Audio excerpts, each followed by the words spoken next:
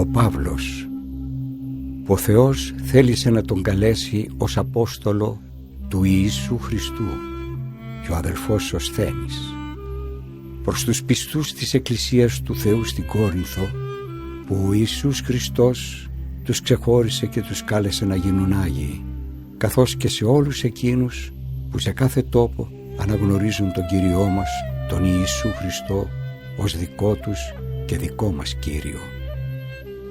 Ευχόμαστε ο Θεός Πατέρας μας και ο Κύριος Ιησούς Χριστός να σας δίνουν τη χάρη και την ειρήνη.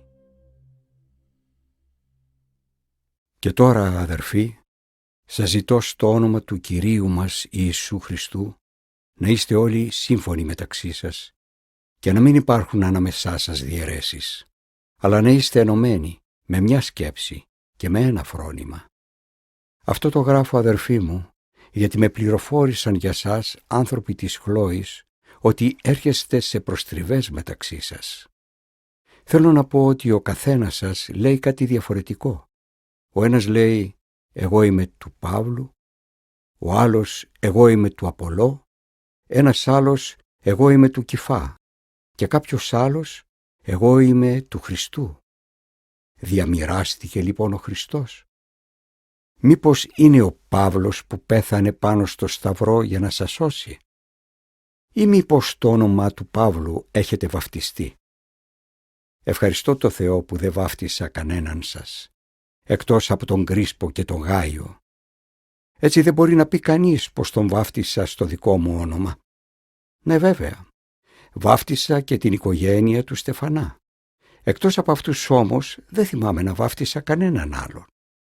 Η αποστολή που μου όρισε ο Χριστός δεν ήταν να βαφτίζω, αλλά να κηρύττω το Ευαγγέλιο, χωρίς σοφά και περίτεχνα λόγια, ώστε ο θάνατος του Ιησού Χριστού στο Σταυρό να μην χάσει το περιεχόμενό του.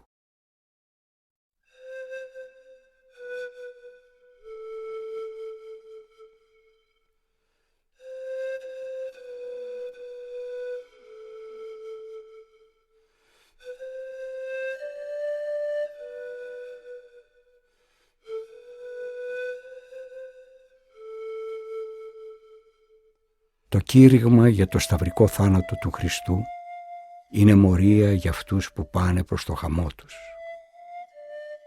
Για μας όμως που είμαστε στο δρόμο της σωτηρίας είναι η δύναμη του Θεού. Ο Θεός διακηρύττει στη Γραφή «Θα αφανίσω τη σοφία των σοφών και των έξυπνων την εξυπνάδα θα την καταπατήσω». Πού λοιπόν να βρεθεί σοφός? Πού να βρεθεί έμπειρος στις Γραφές? Πού να βρεθεί απολογητής αυτού εδώ του αιώνα? Ο Θεός απέδειξε πως η σοφία αυτού του κόσμου είναι μορία. Πράγματι, επειδή οι άνθρωποι δεν μπόρεσαν με τη σοφία τους να αναγνωρίσουν τον αληθινό Θεό μέσα στα δημιουργήματά Του, που φανερώνουν τη σοφία Του, ο Θεός ευδόκησε να σώσει με τη μορία του κηρύγματος από τον τελικό όλεθρο εκείνους που θα πιστέψουν. Οι Ιουδαίοι ζητούν ως αποδείξεις θαύματα και οι εθνικοί φιλοσοφικές αλήθειες. Εμείς όμως κηρύττουμε το σωτήρα Χριστό και μάλιστα σταυρωμένον. Ένα κήρυγμα προσβλητικό για τους Ιουδαίους και ανόητο για τους εθνικούς. Για αυτούς όμως που κάλεσε ο Θεός Ιουδαίους και εθνικούς, ο Χριστός που κηρύττουμε είναι του Θεού η δύναμη και του Θεού η σοφία. Γιατί αυτό που μοιάζει με μορία του Θεού είναι σοφότερο από τη σοφία των ανθρώπων. Και αυτό που μοιάζει με αδυναμία του Θεού είναι πιο δυνατό από τη δύναμη των ανθρώπων. Εξάλλου, αδερφοί μου, βλέπετε ποιοι είστε εσείς που σας κάλεσε ο Θεός. Δεν βρίσκονται ανάμεσά σας πολλοί σοφοί με τα ανθρώπινα κριτήρια, ούτε πολλοί με πολιτική ισχύ, ούτε πολλοί με αριστοκρατική καταγωγή. Αλλά αυτούς που ο κόσμος τους θεωρεί μωρούς, εκείνους διάλεξε ο Θεός για να ντροπιάσει τελικά τους σοφούς. Και αυτούς που ο κόσμος τους θεωρεί ανίσχυρους, εκείνους διάλεξε ο Θεός για να ντροπιάσει τελικά τους κατά κόσμον ισχυρούς. Και αυτούς που ο κόσμος τους θεωρεί παρακατιανούς και περιφρονημένους, εκείνους διάλεξε ο Θεός, τα μηδενικά, για να καταργήσει όσους θαρούν πως είναι κάτι. Έτσι κανένας δεν μπορεί να καυχηθεί για κάτι μπροστά στο Θεό. Χάρη σε Αυτόν όμως εσείς βρίσκεστε μέσα στην πίστη του Ιησού Χριστού, εκείνου που έγινε από το Θεό σοφία δική μας και δικαίωση και εξαγιασμός και απολύτρωση. Ώστε καθώς λέει η Γραφή, όποιος καυχέται, ας καυχέται μόνο για τον Κύριο. Όταν εγώ ήρθα σε εσάς, αδερφοί μου, ήρθα για να σας αναγγείλω το σωτήριο σχέδιο του Θεού, χωρίς καμιά υψηλή ρητορική τέχνη ή ανθρώπινη σοφία, γιατί σκοπός μου δεν ήταν να σας κάνω να γνωρίσετε κάτι άλλο, παρά μόνο τον Ιησού Χριστό και μάλιστα σταυρωμένο. Έτσι κι εγώ όταν ήρθα κοντά σας ήμουν ανήμπορος, φοβισμένος και κατατρομαγμένος. Τα λόγια μου και το κήρυγμά μου δεν στηρίζονταν σε ανθρώπινη σοφία που πείθει, αλλά στην πεποίθηση που γεννούν τα χαρίσματα του Πνεύματος και οι θαυματουργικές δυνάμεις. Ώστε η πίστη σας να βασίζεται όχι σε ανθρώπινη σοφία, αλλά στη δύναμη του Θεού. Μιλάω βέβαια κι εγώ για σοφία στους πνευματικά όριμους, αλλά για τη σοφία όχι αυτού εδώ του αιώνα, ούτε των δυνάμεων που κυβερνούν αυτόν εδώ τον κόσμο και που βαδίζουν κιόλας προς την κατάργησή τους. Εγώ μιλάω για το σοφό σχέδιο του Θεού, που έμεινε μυστικό και κρυμμένο από τους ανθρώπους. Το σχέδιο που καθόρισε ο Θεός πριν από τη δημιουργία του κόσμου, αποβλέποντας τη δική μας δόξα. Αυτό καμιά από τις δυνάμεις που κυβερνούν αυτόν εδώ τον κόσμο δεν το κατάλαβε. Γιατί αν το είχαν καταλάβει, δεν θα σταύρωναν το χορηγό της δόξας. Αλλά όπως λέει η Γραφή, μάτι δεν τα είδε κι ούτε τ' άκουσε αυτή, κι ούτε που τα βάλε ο λογισμός του ανθρώπου, όσα ετοίμασε ο Θεός για εκείνους που τον αγαπούν. Σε μας όμως τα φανέρωσε ο Θεός με το Άγιο Πνεύμα, γιατί το Πνεύμα εξετάζει τα πάντα, ακόμη και τα πιο βαθιά κρυμμένα σχέδια του Θεού. Αλήθεια, ποιος από τους ανθρώπους ξέρει τα μυστικά του άλλου, εκτός το πνεύμα του ίδιου του ανθρώπου που βρίσκεται μέσα του? Έτσι και τα μυστικά του Θεού.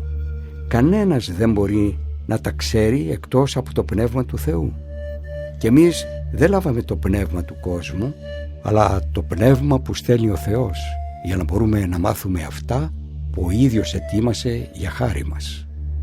Γι' αυτά μιλάμε, όχι με λόγια που διδάσκει η ανθρώπινη σοφία, αλλά με λόγια που διδάσκει το ίδιο το πνεύμα, ερμηνεύοντας αυτά τα πνευματικά πράγματα σε αυτούς που έχουν το πνεύμα.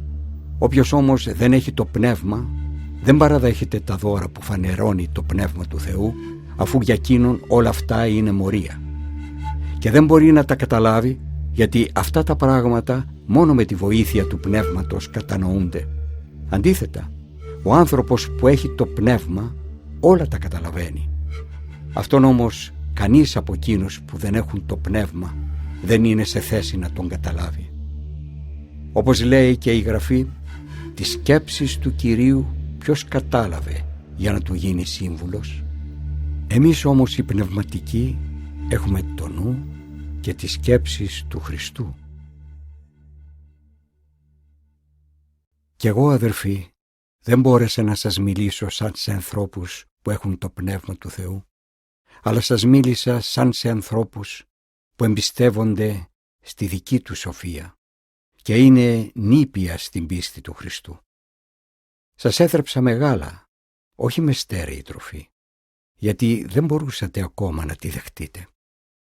Αλλά ούτε και τώρα ακόμα το μπορείτε, γιατί εξακολουθείτε να ζείτε σαν άνθρωποι αυτού εδώ του κόσμου.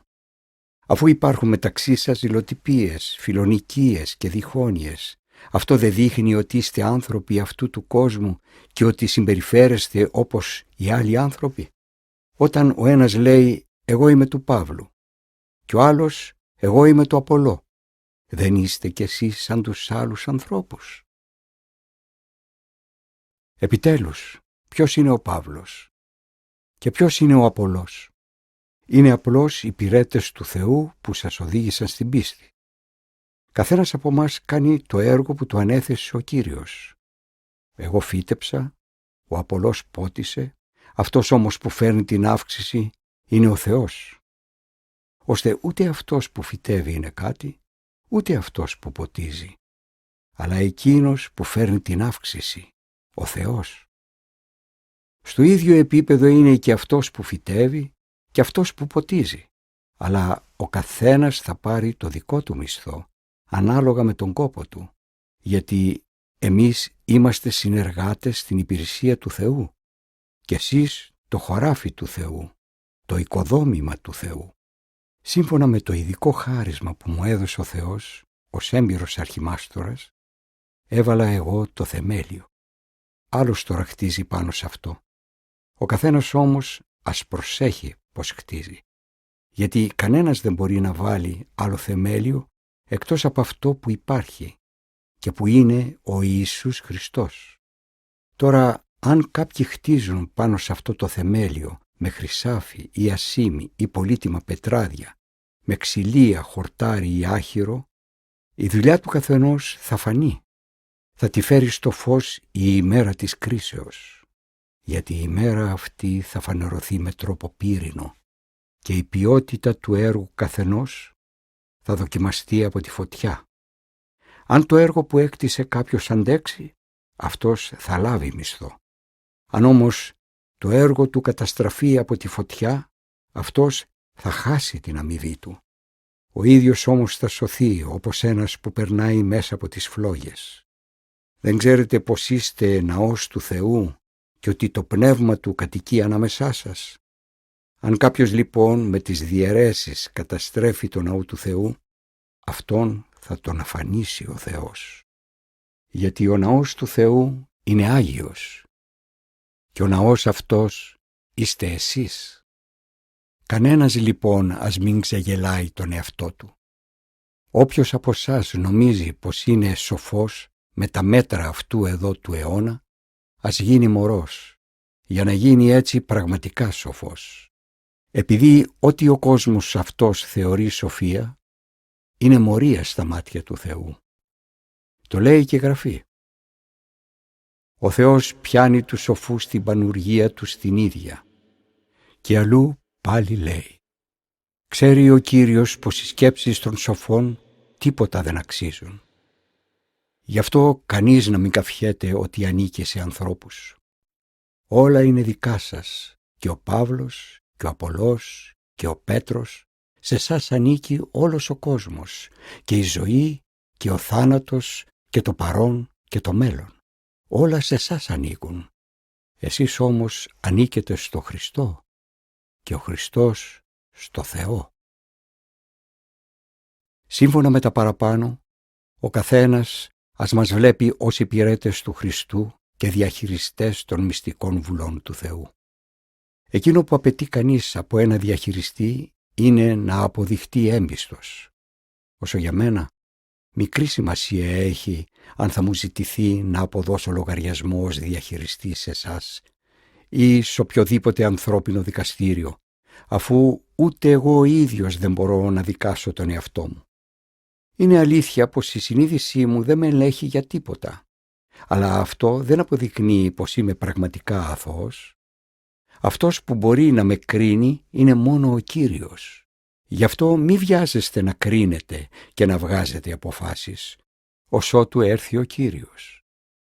Εκείνος θα ρίξει φως σε ό,τι είναι κρυμμένο στο σκοτάδι και θα φέρει στην επιφάνεια τις κρυφές προθέσεις της καρδιάς μας. Και τότε ο καθένας θα λάβει από το Θεό τον έπαινο που του αξίζει. Αυτά, αδερφοί, τα είπα για μένα και για τον Απολώ, ώστε να διδαχτείτε από το παράδειγμά μας και να μην φρονείτε παραπάνω από ό,τι λέει η Γραφή, για να μην νιώθει κανείς περήφανος για τον έναν και περιφρονεί τον άλλο. Αλήθεια, ποιος έκανε εσένα ανώτερο από τους άλλους?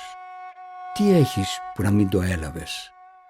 Αφού λοιπόν το έλαβες από το Θεό, γιατί καυχέσαι σαν να μην το είχες λάβει ποτέ ως δώρο? Εσείς όμως νιώθετε κιόλας χορτάτη. Έχετε κιόλας αποκτήσει τα προσδοκόμενα πλούτη, χωρίς εμάς τους Αποστόλους. Νιώθετε κιόλας σαν βασιλιάδες μέσα στο βασίλειο του Θεού. Και μακάρι να είχατε γίνει βασιλιάδες, ώστε κι εμείς να συμμεριστούμε τη βασιλική σας δόξα. Μου φαίνεται όμως πως ο Θεός σε εμάς τους Αποστόλους έδωσε την ελεηνότερη θέση, σαν να είμαστε καταδικασμένοι να πεθάνουμε στην αρένα. Γιατί γίναμε θέαμα για τον κόσμο, για αγγέλους και για ανθρώπους. Εμείς παρουσιαζόμαστε μωροί για χάρη του Χριστού, ενώ εσείς είστε σοφοί χάρη στο Χριστό. Εμείς είμαστε αδύναμοι, ενώ εσείς είστε δυνατοί. Εμείς είμαστε περιφρονημένοι, ενώ εσείς είστε τιμημένοι. Ως αυτή την ώρα πεινάμε, διψάμε, γυρνάμε με κουρέλια, ξυλοδαρμένοι από τόπο σε τόπο χωρίς σπίτι, και μοχθούμε να ζήσουμε δουλεύοντας με τα ίδια μας τα χέρια. Στους εμπεγμούς απαντάμε με καλά λόγια, στους διωγμούς με υπομονή, στις συκοφαντίες με λόγια φιλικά. Καταντήσαμε σαν τα σκουπίδια όλου του κόσμου. Ως αυτή την ώρα θεωρούμαστε τα αποβράσματα της κοινωνίας. Δεν σας τα γράφω αυτά για να σας κάνω να ντραπείτε, αλλά για να σας συμβουλέψω, όπως ο πατέρας τα αγαπημένα του παιδιά. Γιατί κι αν ακόμα έχετε χιλιάδες δασκάλους στη ζωή σας, με το Χριστό δεν έχετε πολλούς πατέρες, αλλά μόνον ένα. Στη σωτήρια οικονομία του Ιησού Χριστού, εγώ σαν πατέρας σας γέννησα με το κήρυγμα του Ευαγγελίου. Σας ζητώ λοιπόν να μου μοιάσετε. Για το σκοπό αυτό σας έστειλα τον Τιμόθεο, που είναι στο έργο του Κυρίου, τέκνο μου, έμπιστο και αγαπημένο. Αυτός θα σας θυμίσει τις αρχές που με κατευθύνουν στο έργο του Χριστού. Αρχές που τις διδάσκω παντού σε όλες τις εκκλησίες. Μερικοί από εσάς, νομίζοντας πως δεν θα ξανάρθω κοντά σας, προβάλλονται για σπουδαίοι. Αλλά εγώ θα σας έρθω πολύ σύντομα, αν είναι το θέλημα του Κυρίου. Και τότε θα δω όχι τα λόγια αυτών που φουσκώνουν νομίζοντας πως είναι κάτι, αλλά τη δύναμή τους. Γιατί η Βασιλεία του Θεού δεν φαίνεται στα λόγια, αλλά στη δύναμη. Τι προτιμάτε? Να έρθω κοντά σας με το ραβδί στο χέρι για να βάλω τάξη, ή με αγάπη και πνεύμα επίοικιας? Oh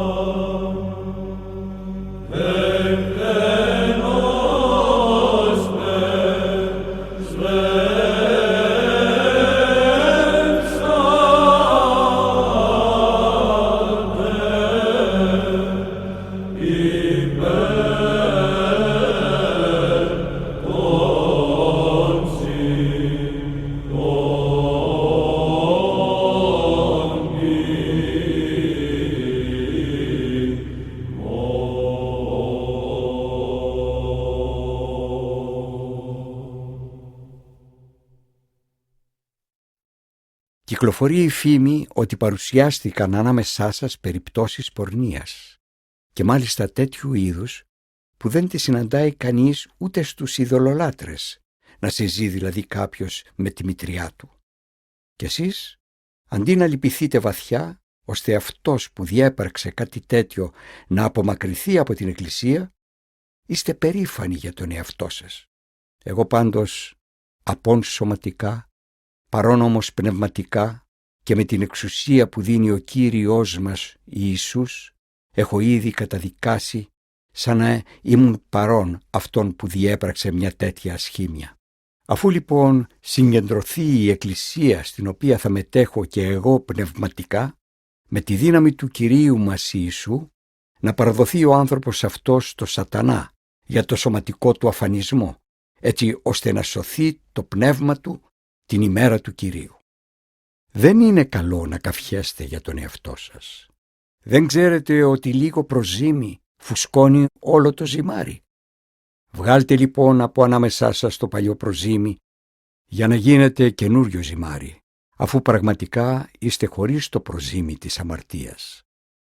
Γιατί η δική μας γιορτή του Πάσχα συνίσταται στο γεγονός ότι θυσιάστηκε για χάρη μας ο Χριστός. Ας γιορτάζουμε λοιπόν το Πάσχα, όχι με ψωμί που περιέχει την παλιά ζύμη, τη ζύμη της αμαρτίας και της πονηρίας, αλλά με το άζυμο ψωμί της καθαρότητας και της αλήθειας. Σας έγραψα σε προηγούμενη επιστολή να μην συναναστρέφεστε ανθρώπους που έχουν ανήθικη διαγωγή. Βέβαια δεν εννοούσα όλους γενικά τους έξω από την Εκκλησία σας, ανήθικους αυτού του κόσμου ή τους πλεονέκτες ή τους κλέφτες ή τους ειδωλολάτρες. Γιατί τότε θα έπρεπε να εγκαταλείψετε τον κόσμο. Με αυτό λοιπόν που σας έγραψα εννοούσα να μην συναναστρέφεστε κάποιον που ενώ ονομάζεται χριστιανός είναι ανήθικος ή πλεονέκτης ή ειδωλολάτρης ή υβριστής ή μέθυσος ή άρπαγας. Με τέτοιου είδους άνθρωπο πρέπει να αποφεύγετε ακόμα και το κοινό φαγητό. Φυσικά δεν είναι δικό μου έργο να κρίνω εγώ και αυτούς που είναι έξω από την Εκκλησία. Ο Θεός θα τους κρίνει.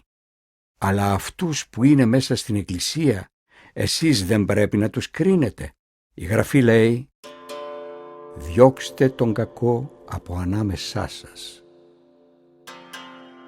Όταν κάποιος έχει μια διαφορά με έναν άλλο χριστιανό, πώς τολμάει να καταφεύγει στην κρίση των άδικων ειδωλολατρών δικαστών και όχι στην κρίση των μελών της Εκκλησίας? Δεν ξέρετε ότι αυτοί που αποτελούν το λαό του Θεού θα κρίνουν τελικά τον κόσμο? Και αφού από σας θα γίνει η τελική κρίση του κόσμου, είστε ανίκανοι να κρίνετε μικροδιαφορές μεταξύ σας?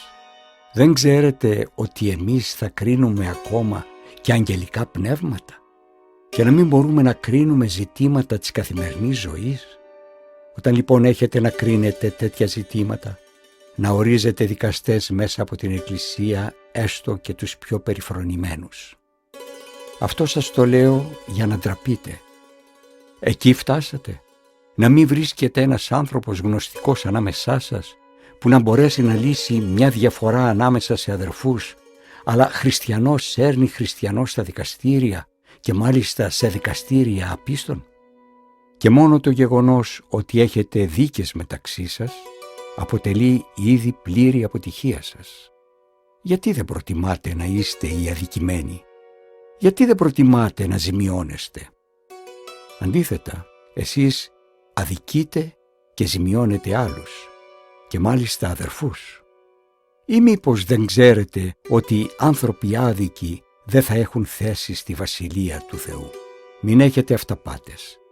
Στη Βασιλεία του Θεού δεν θα έχουν θέση ούτε πόρνοι, ούτε ειδωλολάτρες, ούτε μοιχοί, ούτε θηλυπρεπείς, ούτε αρσενοκίτες, ούτε πλεονέκτες, ούτε κλέφτες, ούτε μέθησοι, ούτε υβριστές, ούτε άρπαγες. Και τέτοιοι ήσασταν κάποτε μερικοί, αλλά με τη δύναμη του Κυρίου μας Ιησού και με την ενέργεια του Πνεύματος του Θεού καθαριστήκατε από την αμαρτία. Γίνατε λαός του Θεού και σωθήκατε από την επερχόμενη οργή του Θεού.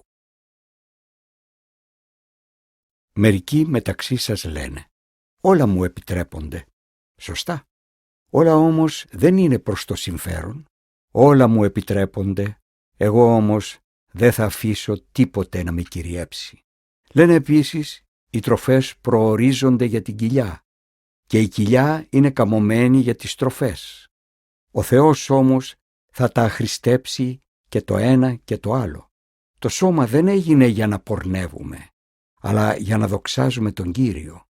Και ο Κύριος θα δοξάσει το σώμα. Και ο Θεός που ανέστησε τον Κύριο με τη δύναμή Του θα αναστήσει και εμάς. Δεν ξέρετε ότι τα σώματά σας είναι μέλη του σώματος του Χριστού? Μπορώ λοιπόν να πάρω κάτι που είναι μέλος του σώματος του Χριστού και να το κάνω μέλος του σώματος μιας πόρνης? Ποτέ τέτοιο πράγμα. Ή μήπως δεν ξέρετε ότι αυτός που ενώνεται με μια πόρνη γίνεται ένα σώμα μαζί της? Γιατί καθώς λέει η Γραφή, οι δύο θα γίνουν ένα σώμα. Όποιος όμως ενώνεται με τον Κύριο γίνεται ένα πνεύμα μαζί του. Μακριά λοιπόν από την πορνεία. Κάθε άλλο αμάρτημα που μπορεί να διαπράξει κανείς βρίσκεται έξω από το σώμα του. Αυτός όμως που πορνεύει βεβηλώνει το ίδιο του το σώμα. Ή μήπως δεν ξέρετε ότι το σώμα σας είναι ναός του Αγίου Πνεύματος που σας το χάρισε ο Θεός και βρίσκεται μέσα σας? Δεν ανήκετε στον εαυτό σας.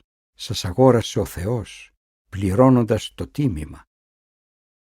Το Θεό λοιπόν να δοξάζετε με το σώμα σας και με το πνεύμα σας που ανήκουν σε Εκείνον.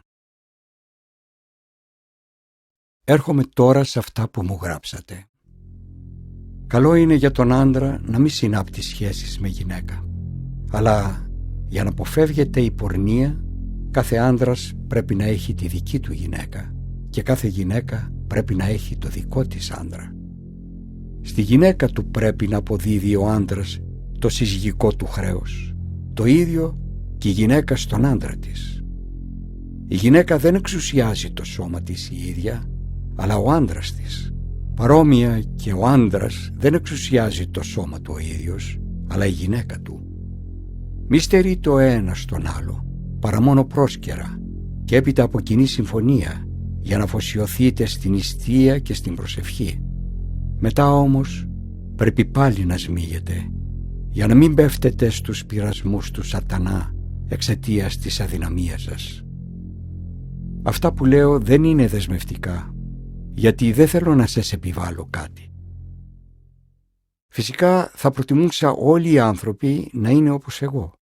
Ο καθένας όμως έχει το δικό του χάρισμα από το Θεό, ο ένας έτσι, ο άλλος αλλιώς. Στους ανήπαντρους και στις χήρες συνιστώ. Καλό για αυτούς είναι να μείνουν όπως εγώ. Αν όμως δεν μπορούν να μείνουν εγκρατείς, ας παντρευτούν. Είναι καλύτερα να παντρεύεται κανείς παρά να φλέγεται από την επιθυμία. Στους εγγάμους όμως δίνω εντολή όχι εγώ, αλλά ο Κύριος. Η γυναίκα να μην χωρίζει από τον άντρα της και αν χωρίσει να μην ξαναπαντρευτεί ή να συμφιλιωθεί με τον άντρα της. Και ο άντρας να μην διώχνει τη γυναίκα του. Για τις άλλες περιπτώσεις, να τι έχω να πω εγώ αυτή τη φορά και όχι ο Κύριος. Αν ένας αδερφός έχει σύζυγο μη χριστιανή και αυτή συγκατατίθεται να μένει μαζί του, να μην τη χωρίσει. Και αν μια γυναίκα έχει σύζυγο μη χριστιανό που συγκατατίθεται να μένει μαζί της, να μην τον χωρίσει. Γιατί ο μη χριστιανός άντρας, χάρη στην ένωση με τη γυναίκα του, μπήκε στο χώρο του Θεού και η μη χριστιανή γυναίκα μπήκε στο χώρο του Θεού χάρη στην ένωση με τον χριστιανό. Αλλιώτικα τα παιδιά σας θα ήταν ακάθαρτα όπως τα παιδιά των ειδωλολατρών, ενώ τώρα έχουν μπει και αυτά στο χώρο του Θεού. Σε περίπτωση όμως που ο μη χριστιανός θέλει να χωρίσει, ας χωρίσει. Σε τέτοια θέματα δεν δεσμεύεται ο χριστιανός ή η χριστιανή. Ο Θεός μας έχει καλέσει για να ζούμε ειρηνικά. Πού ξέρεις εσύ γυναίκα? Ίσως σώσεις τον άντρα σου. Ή πού ξέρεις εσύ άντρα? Ίσως σώσεις τη γυναίκα σου. Πάντως, ο καθένας σας κανονίζει την πορεία του, σύμφωνα με το χάρισμα που του έδωσε ο Θεός και σύμφωνα με την κατάσταση στην οποία ήταν όταν τον κάλεσε ο Κύριος. Αυτή την εντολή δίνω σε όλες τις εκκλησίες. Αν κάποιος ήταν περιτμημένος όταν δέχτηκε την κλήση του Θεού, δεν χρειάζεται να εγχειριστεί για να καλύψει την περιτομή του. Αν κάποιος ήταν απερίτμητος όταν δέχτηκε την κλήση του Θεού, δεν χρειάζεται να περιτμηθεί. Ούτε το να κάνει κανείς περιτομή, ούτε το να μην κάνει έχει καμιά σημασία, αλλά η τήρηση των εντολών του Θεού. Ας μένει ο καθένας στην κατάσταση που ήταν όταν δέχτηκε την κλήση του Θεού. Ήσουν δούλος όταν σε κάλεσε. Μην νοιάζεσαι γι' αυτό. Κι αν ακόμα έχεις τη δυνατότητα να γίνεις ελεύθερος, προτίμησε μάλλον αυτό που είσαι. Γιατί όποιος δέχτηκε την κλήση του Κυρίου όντας δούλος, απελευθερώθηκε από τον Κύριο. Παρόμοια κι αυτός που όντας ελεύθερος δέχτηκε την κλήση του Κυρίου, γίνεται δούλος του Χριστού. Έχει καταβληθεί το αντίτιμο για την απελευθέρωσή σας. Γι' αυτό μην υποδουλώνεστε σε ανθρώπους. Αδερφοί, στη θέση που βρισκόταν ο καθένας όταν δέχτηκε την κλήση, σ' αυτήν ας μένει ενώπιον του Θεού. Σχετικά με τους αγάμους, δεν έχω ειδική εντολή από τον Κύριο, αλλά εκφράζω τη γνώμη μου αφού με τη χάρη του Κυρίου είμαι αξιόπιστος. Νομίζω λοιπόν πως για τους σημερινούς δύσκολους καιρούς είναι καλό τούτο, δηλαδή να μην αλλάζει ο άνθρωπος την κατάσταση στην οποία βρίσκεται. Είσαι παντρεμένος, μη ζητάς διάλυση του γάμου. Είσαι ελεύθερος από γυναίκα, μην αναζητάς σύζυγο, αλλά κι αν παντρευτείς δεν αμάρτησες, κι αν η παρθένος παντρευτεί δεν αμάρτησε. Αλλά όσοι παντρεύονται μπαίνουν σε βάσανα και εγώ θέλω να σας γλιτώσω από αυτά. Τούτο σας λέω, αδερφοί μου, ο καιρός που απομένει είναι πολύ λίγος, έτσι ώστε όσοι έχουν σύζυγο ας ζουν σαν να μην έχουν, όσοι περνούν θλίψεις σαν να μην θλίβονται, όσοι δοκιμάζουν χαρές σαν να μην χαίρονται, όσοι αγοράζουν σαν να μην κατέχουν τα αγορασμένα και όσοι ασχολούνται με τα αγαθά αυτού του κόσμου σαν να μην ασχολούνται καθόλου με αυτά, γιατί η σημερινή μορφή αυτού εδώ του κόσμου δεν θα διαρκέσει πολύ και εγώ θέλω να είστε ελεύθεροι από φροντίδες. Ο άγαμος φροντίζει μόνο ό,τι αφορά το έργο του Κυρίου, πώς θα αρέσει στον Κύριο, ενώ αυτός που έχει παντρευτεί φροντίζει για τα πράγματα του κόσμου, πώς θα ευχαριστήσει τη γυναίκα του. Διαφέρουν στις φροντίδες τους οι παντρεμένοι από την ανήπαντρη γυναίκα. Η ανήπαντρη νοιάζεται μόνο για ό,τι αφορά τον Κύριο, να του είναι αφιερωμένη ολοκληρωτικά και με το σώμα και με το πνεύμα, ενώ η παντρεμένη νοιάζεται για κοσμικά πράγματα, πώς θα ευχαριστήσει τον άντρα της. Αυτά τα λέω για το δικό σας συμφέρον, όχι για να σας βάλω θηλιά στο λαιμό, αλλά για να κατευθύνετε τη ζωή σας χωρίς περισπασμούς προς εκείνο που ταιριάζει και είναι αρεστό στον Κύριο. Αν όμως κάποιος καταλάβει ότι θα συμπεριφερθεί άσχημα προς την παρθένο που ζει μαζί του, και έτσι σίγουρα θα συμβεί, αν έχει έντονες ορμές, ας κάνει ό,τι επιθυμεί, δεν αμαρτάνει, ας παντρευτούν. Αντίθετα, αυτός που η καρδιά του είναι αμετακίνητη και νιώθει πως δεν έχει ανάγκη, αλλά είναι ικανός να εξουσιάζει τις επιθυμίες του και έχει πάρει από βαθιά μέσα του την απόφαση να τηρήσει άθικτη την παρθένο που ζει μαζί του, κάνει καλά. Έτσι και αυτός που προχωρεί σε γάμο κάνει καλά και αυτός που δεν προχωρεί κάνει ακόμα καλύτερα. Σύμφωνα με τον νόμο, μια γυναίκα είναι δεμένη με τον άντρα της ενώσου αυτός ζει. Αν ο άντρας πεθάνει, είναι ελεύθερη να παντρευτεί όποιον θέλει, μόνο σύμφωνα με το θέλημα του Θεού. Πάντως ευτυχέστερη είναι αν μείνει έτσι, κατά τη γνώμη μου βέβαια. Νομίζω όμως πως έχω κι εγώ πνεύμα Θεού. Σχετικά με τα κρέατα των ειδωλολατρικών θυσιών, είναι αλήθεια πως όλοι έχουμε τη σωστή γνώση όπως λέτε. Αλλά αυτή η γνώση φουσκώνει τον άνθρωπο με υπεροψία απέναντι στους άλλους, ενώ η αγάπη οικοδομεί. Όταν κάποιος επικαλείται τη γνώση του, νομίζοντας πως αυτός ξέρει σωστά κάτι, δείχνει πως αυτό δεν το μαθεί ακόμα τόσο καλά όσο πρέπει. Όταν όμως κάποιος αγαπάει το Θεό, αυτόν ο Θεός τον έχει γνωρίσει και αυτός έχει τη σωστή γνώση. Σχετικά λοιπόν με το ζήτημα αν πρέπει να τρώμε ειδωλόθυτα, ξέρουμε ότι τα είδωλα δεν αντιπροσωπεύουν τίποτα μέσα στον κόσμο και ότι δεν υπάρχει άλλος Θεός παρά μόνο ένας.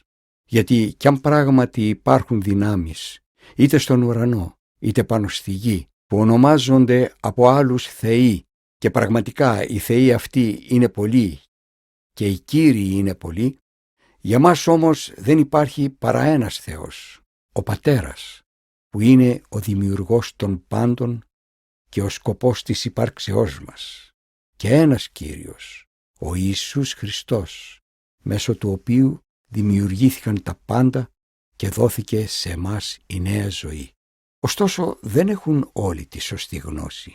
Μερικοί μάλιστα που δεν έχουν ακόμα αποβάλει τη συνήθεια της ειδωλολατρίας, τρώνε τα ειδωλόθυτα σαν να ήταν κάτι ιερό και η συνείδησή τους, που είναι αδύνατη, τους κάνει να νιώθουν μολυσμένοι. Σωστά. Δεν είναι οι τροφές που θα καθορίσουν τη θέση μας απέναντι στο Θεό. Ούτε αν δεν φάμε κάποια από αυτές χάνουμε κάτι, ούτε αν φάμε αποκτάμε κάτι παραπάνω. Προσέξτε όμως, μήπως το ελεύθερο αυτό δικαίωμά σας γίνει αιτία να σκοντάψουν και να πέσουν εκείνοι που η πίστη τους είναι αδύνατη. Πράγματι, αν κάποιος από αυτούς δει εσένα που έχεις τη γνώση να κάθεσαι στο τραπέζι ενός ειδωλολατρικού ναού, η συνείδησή του, αφού αυτός είναι αδύνατος, δεν θα παρασυρθεί από το παράδειγμά σου και δεν θα παρακινηθεί να τρώει τα ειδωλόθυτα. Έτσι η δική σου γνώση θα προκαλέσει το χαμό αυτού του αδύνατου του αδερφού μας, για τον οποίο ο Χριστός έδωσε τη ζωή του. Αμαρτάνοντας όμως με αυτόν τον τρόπο απέναντι στους αδερφούς και πληγώνοντας τη συνείδησή τους που είναι αδύνατη, αμαρτάνεται απέναντι στον ίδιο τον Χριστό.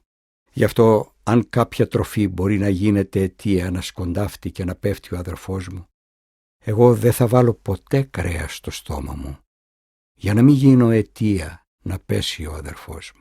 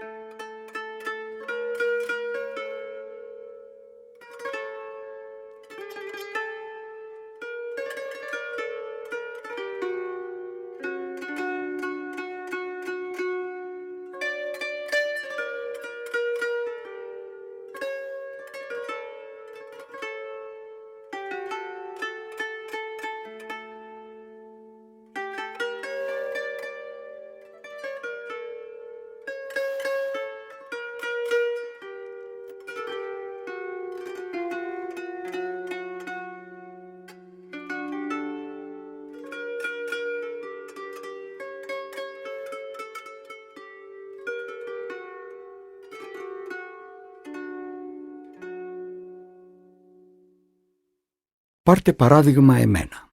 Δεν είμαι Απόστολος. Δεν είμαι ελεύθερος. Δεν είδα αναστημένο τον Ιησού, τον Κύριό μας. Δεν είστε εσείς ο καρπός του κόπου μου στην υπηρεσία του Κυρίου. Κι αν ακόμα άλλοι αρνούνται να με αναγνωρίσουν ως Απόστολο, για σας οπωσδήποτε είμαι.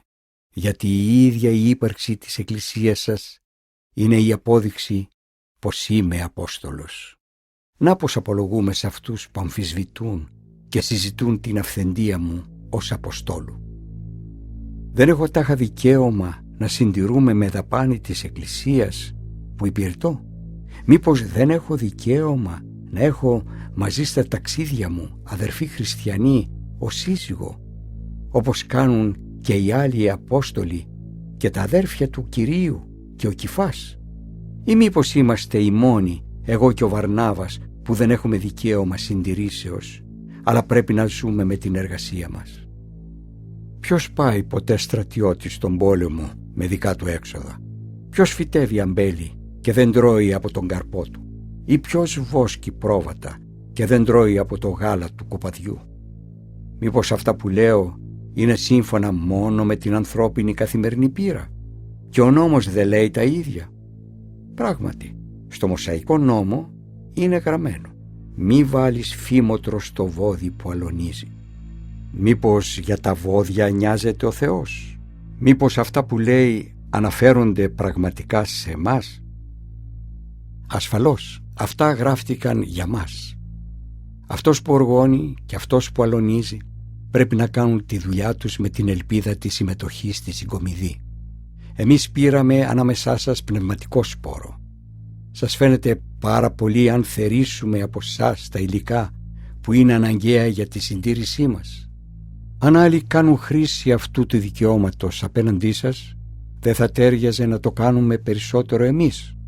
Εμείς όμως δεν κάναμε χρήση του δικαιώματος αυτού, αλλά υπομένουμε κάθε στέρηση για να μην δημιουργήσουμε κανένα εμπόδιο στη διάδοση του Ευαγγελίου του Χριστού. Δεν ξέρετε ότι αυτοί που ιερουργούν στους ναούς ζουν από τα έσοδα του ναού και ότι αυτοί που προσφέρουν τις θυσίες παίρνουν το μερίδιό τους από τις θυσίες αυτές? Παρόμοια και ο Κύριος καθόρισε για αυτούς που κηρύττουν το Ευαγγέλιο να ζουν από το κήρυγμα του Ευαγγελίου. Εγώ όμως δεν έκανα χρήση κανενός από αυτά τα δικαιώματα, ούτε και γράφω αυτά τα λόγια για να γίνει το ίδιο και σε μένα, γιατί θα προτιμούσα να πεθάνω παρά να αποδείξει κάποιος ότι το καύχημά μου είναι κούφια λόγια. Αν κηρύττω το Ευαγγέλιο, αυτό δεν αποτελεί για μένα αιτία για καύχηση, αλλά μου επιβάλλεται ως ανάγκη. Αλίμονό μου αν δεν κηρύττω το Ευαγγέλιο. Αν έκανα αυτό το έργο με δική μου πρωτοβουλία, θα έπαιρνα μισθό. Αφού όμως δεν το κάνω με δική μου πρωτοβουλία, πρόκειται για κάτι που μου ανέθεσε ο Θεός. Ποια λοιπόν είναι η αμοιβή μου? Να κηρύττω το Ευαγγέλιο δωρεάν, χωρίς να κάνω χρήση του δικαιώματός μου να συντηρούμε από το κήρυγμα του Ευαγγελίου. Είμαι ελεύθερος, χωρίς εξάρτηση από κανέναν, κι όμως έκανα τον εαυτό μου σκλάβο όλων, για να κερδίσω όσο το δυνατόν πιο πολλούς. Ανάμεσα στους Ιουδαίους συμπεριφέρθηκα σαν Ιουδαίος, για να τους κερδίσω για το Χριστό. Και ενώ εγώ ο ίδιος δεν είμαι πια κάτω από την εξουσία του νόμου, ανάμεσα σε αυτούς που είναι, συμπεριφέρθηκα σαν να ήμουν κι εγώ, για να τους κερδίσω για το Χριστό. Παρόμοια, όταν βρισκόμουν με αυτούς που αγνοούν το Μωσαϊκό νόμο, για να τους κερδίσω, ζούσα κι εγώ σαν ξένος προς τον νόμο, χωρίς αυτό να σημαίνει πως δεν υπακούω στον νόμο του Θεού, αφού είμαι δεμένος με τον νόμο του Χριστού. Με όσους έχουν αδύνατη πίστη έγινα το ίδιο για να κερδίσω τους αδύνατους στην πίστη. Για τους πάντες έγινα τα πάντα, έτσι ώστε με κάθε τρόπο να σώσω μερικούς. Όλα αυτά τα κάνω για το Ευαγγέλιο, ώστε να μπορέσω και εγώ να συμμετάσχω στα αγαθά του. Δεν ξέρετε ότι οι δρομοί στο στάδιο τρέχουν όλοι, ένας όμως παίρνει το βραβείο? Τρέχετε λοιπόν κι εσείς έτσι ώστε να κατακτήσετε το βραβείο. Οι αθλητές που ετοιμάζονται για τον αγώνα υποβάλλονται σε κάθε είδους αποχή για να λάβουν εκείνοι ένα στεφάνι που μαραίνεται, εμείς όμως ένα αμάραντο. Εγώ λοιπόν έτσι τρέχω, με τα μάτια στυλωμένα στο τέρμα, έτσι πυγμαχώ, όχι σαν κάποιον που δίνει γροθιές στον αέρα, αλλά με σκληρές ασκήσεις ταλαιπωρώ το σώμα μου και το υποδουλώνω από φόβο μήπως ενώ θα έχω κηρύξει στους άλλους, εγώ ο ίδιος κριθώ ακατάλληλος. Δεν θέλω, αδερφοί, να σας διαφεύγει τι συνέβη στους προπατορές μας που ακολουθούσαν το Μωυσή. Όλοι ήταν κάτω από την προστασία της νεφέλης και όλοι πέρασαν με ασφάλεια τη θάλασσα. Όλοι με εμπιστοσύνη στο Μωυσή πήραν το βάφτισμα της νεφέλης και της θάλασσας. Όλοι τους έφαγαν την ίδια θεόσταλτη τροφή και όλοι τους ήπιαν το ίδιο θεόσταλτο ποτό, γιατί έπιναν νερό από το θεϊκό βράχο που τους ακολουθούσε. Και αυτός ο βράχος ήταν ο ίδιος ο Χριστός. Παρ' όλα αυτά, οι πιο πολλοί από αυτούς δεν αποδείχτηκαν ευάρεστοι στο Θεό και πέθαναν στην έρημο. Λοιπόν, αυτά τα περιστατικά έγιναν για παραδειγματισμό μας, προειδοποίηση για να μην επιθυμούμε πράγματα κακά, όπως επιθύμησαν εκείνοι, ούτε να λατρεύετε τα είδωλα, όπως μερικοί από αυτούς. Καθώς λέει η Γραφή για αυτούς, ο λαός κάθισε κάτω για φαγητό και για ποτό, κι ύστερα σηκώθηκαν για τον ειδωλολατρικό χορό. Ούτε να παραδίνουμε τον εαυτό μας στην πορνεία, όπως έκαναν μερικοί από αυτούς, και έπεσαν νεκροί 23.000 σε μια μέρα. Ούτε να προσπαθούμε να δοκιμάσουμε αν θα μας προστατέψει ο Χριστός, όπως έκαναν μερικοί από αυτούς και θανατώθηκαν από τα φίδια που τους δάγκωσαν. Ούτε στις ταλαιπωρίες να γογγίζετε, όπως γόγγιζαν μερικοί από αυτούς και θανατώθηκαν από τον εξολοθρευτή άγγελο. Όλα αυτά τα κακά συνέβαιναν σε εκείνους ως προεικονίσεις και γράφτηκαν για να νουθετήσουν εμάς, που ζούμε σε μια εποχή κατά την οποία φτάνουν στο τέλος τους οι αιώνες και οι γενναίες. Επομένως, όποιος νομίζει ότι στέκεται καλά στα πόδια του, καλύτερα ας προσέχει να μην πέσει. Οι πειρασμοί που αντιμετωπίσατε ως τώρα δεν ήταν παρά στα ανθρώπινα μέτρα σας.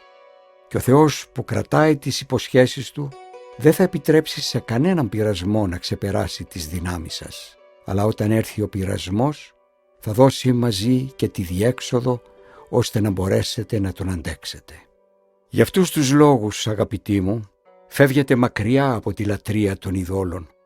Απευθύνομαι σε λογικούς ανθρώπους. Κρίνετε μόνοι σας αυτό που σας λέω. Όταν πίνουμε το ποτήριο της ευχαριστίας με το οποίο ευχαριστούμε το Θεό, δεν κοινωνούμε με το αίμα του Χριστού. Και όταν κόβουμε και μοιράζουμε τον άρτο, τρώγοντάς τον, δεν κοινωνούμε με το σώμα του Χριστού. Όπως ο άρτος είναι ένας, έτσι και εμείς αποτελούμε ένα σώμα, αν και είμαστε πολλοί, γιατί όλοι τρώμε από τον ίδιο άρτο. Προσέξτε ποια είναι η θρησκευτική πράξη στους Ισραηλίτες.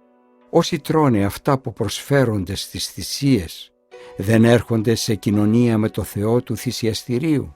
Τι θέλω να πω με αυτό? Ότι το κρέας που προσφέρθηκε στα είδωλα αντιπροσωπεύει κάτι, ή ότι ένα είδωλο έχει κάποια οντότητα? Όχι, αλλά θέλω να πω πως ό,τι θυσιάζουν οι εθνικοί στα ιερά τα προσφέρουν στα δαιμόνια και όχι στον αληθινό Θεό. Και φυσικά δεν επιθυμώ για σας να έρχεστε σε κοινωνία με τα πονηρά πνεύματα. Δεν μπορείτε να πίνετε και από το ποτήριο του Κυρίου και από το ποτήριο των πονηρών πνευμάτων. Δεν μπορείτε να παίρνετε μέρος στο τραπέζι του Κυρίου και στο τραπέζι των πονηρών πνευμάτων. Μήπως, όπως λέει η Γραφή, θέλουμε να προκαλέσουμε τη ζηλοτυπία του Κυρίου? Νομίζουμε πως είμαστε πιο δυνατοί από Αυτόν.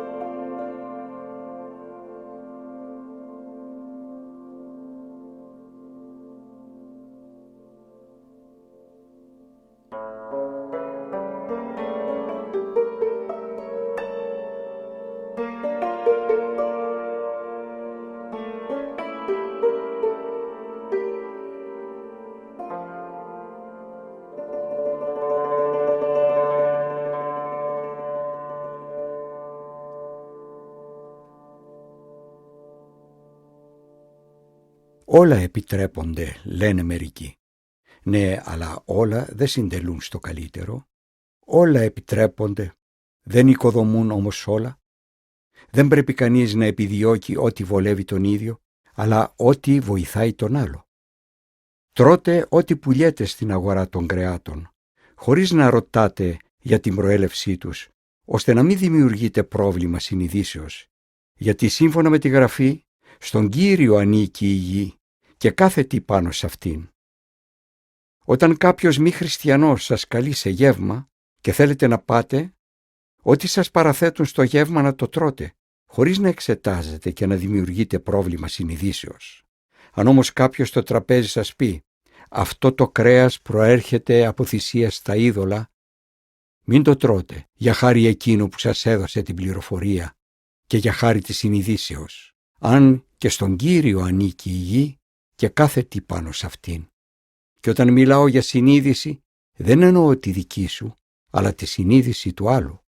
Αλλά γιατί, θα ρωτήσει κάποιος, η δική μου ελευθερία συμπεριφοράς πρέπει να ρυθμίζεται ανάλογα με τη συνείδηση του άλλου?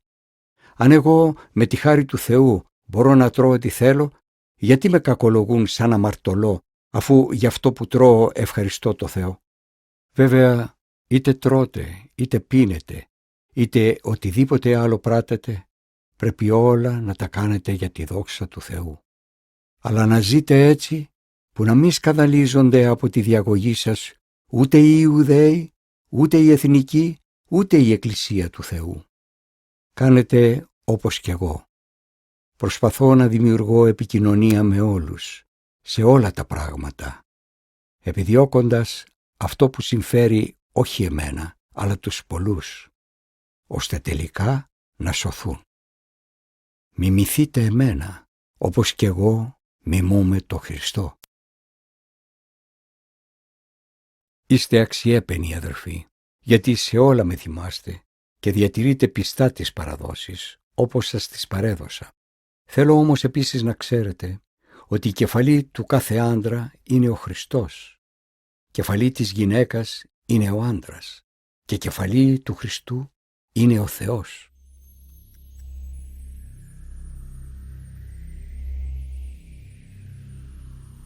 Οι άντρες όταν προσεύχονται ή προφητεύουν με κάλυμα στο κεφάλι, ντροπιάζουν τον Χριστό.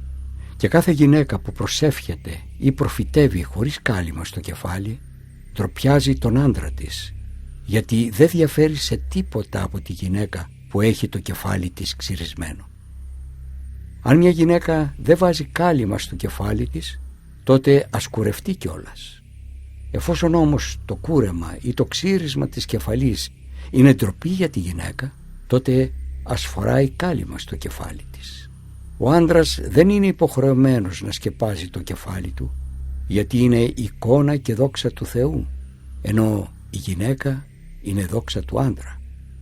Δεν δημιουργήθηκε ο άντρας από τη γυναίκα, αλλά η γυναίκα από τον άντρα. Ούτε πλάστηκε ο άντρας για χάρη της γυναίκας, αλλά η γυναίκα για χάρη του άντρα.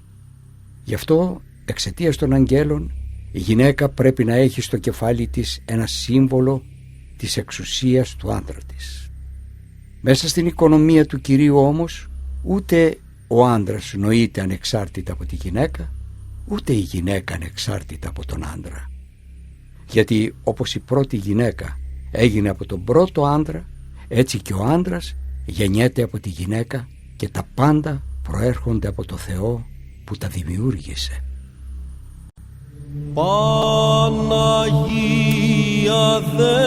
Δέσποινα, υπό την σκέπην σου πάντες, οι δούλοι σου τρέχομεν και παρακαλούμεν σε η ανάξη. Προφθασόν και λύτρωσε ημάς από πάσης περιστάσεως και από θάνατον. αυτών των εξαφνικών και πανόλεθρων. Είδαμεν ότι δύνασε πάντα όσαν θέλεις και βούλεσαι, δέσποινα του κόσμου, ελπίς και προστασία των πιστών, χαριτωμένη επάκουσον των παρακαλούντων σε.